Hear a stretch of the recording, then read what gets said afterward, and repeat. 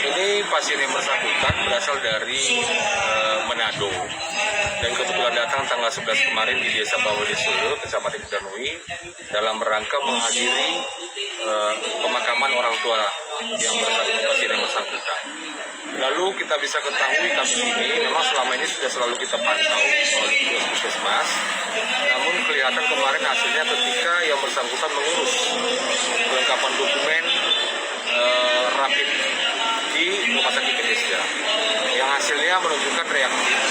Sehingga kita langsung dikoordinasikan dari rumah sakit dengan Dinkes untuk melakukan langkah-langkah selanjutnya. Dan kita setelah itu langsung merujuk ke Rumah Sakit Bethesda untuk dilakukan penanganan lebih lanjut.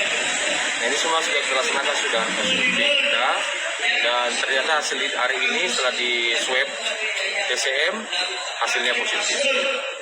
Ya, kalau boleh tahu data korban yang saat ini sedang ditangani itu siapa? Namanya R.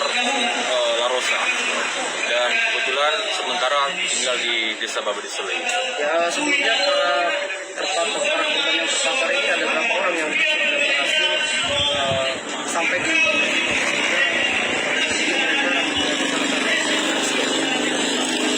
di baik, kami informasikan dulu bahwa yang bersangkutan ketika melalui pos pemeriksaan di bandara, hasil rapidnya juga menunjukkan hasil yang non reaktif.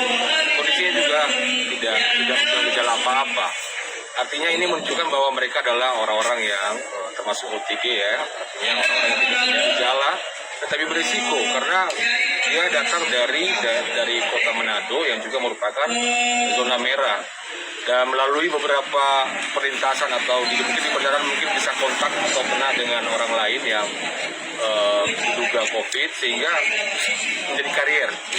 Nah, ini yang kita temukan ini mungkin ya kita berterima kasih kepada berbagai pihak terutama rumah sakit desa bisa menemukan kasus ini, dan saat ini kita sedang lakukan penyelidikan epidemiologi, melakukan tracing terhadap orang-orang yang mungkin sudah melakukan kontak dengan yang pasien yang bersangkutan ya.